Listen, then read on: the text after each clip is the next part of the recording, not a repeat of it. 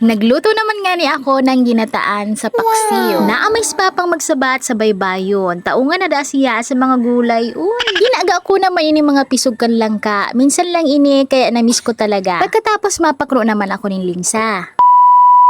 Diyos marhay na aga, ako nga pala si Nena. Bako si Aling Nena sa kanta ha.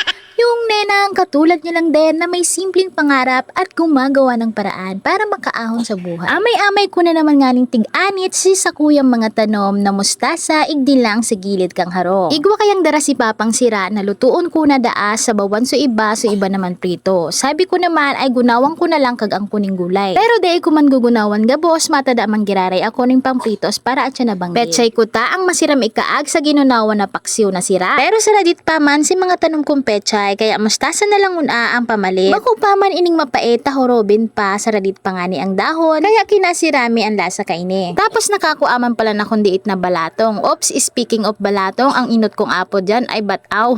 Pero at least ngunyan aram ko na. Sunod naman at tinimplahan ko na ining sira ta isasalang ko na ini sa kalayo. Dai ko nga ni mabanggit ang pangaran kan sira. Ta dai ko na naman aram ang pangaran. Baka sala na naman ang masabi ko. Uy.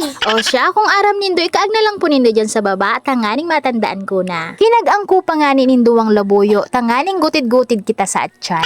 Nagkaagman po pala na kundiit na lana tanganing mas manamit ang lasa. Fast forward nakaag ko na so ibang gulay sa kasugunaw. Pinanghuri ko ining mustasa ta madali sa naman ining maluto. O nagkalakaga na makuha na kitang bahaw. Dawa day ko patigbong kalan makagutom na amparo. Garong nakachamba na naman ako ng luto ngunyan. Aber daw tanan ko na.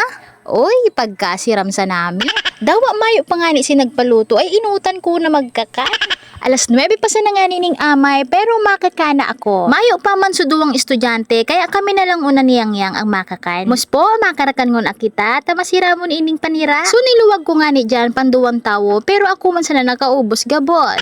O, di ka mo magsabing masirot ako, taiyuman talaga. Gutid-gutid nga ni ako dyan, tanaubos ko baga sumaluto dyan, nayaon sa duwang plato. Uy, pagkaarog kayo ng mga panira, oy, dapa talaga ang kaldero. Baka po napapansinin do, si manok na yaon sa likod ko sa bintana, iyan po ang harong niya, tapadaba iyan ni Papa.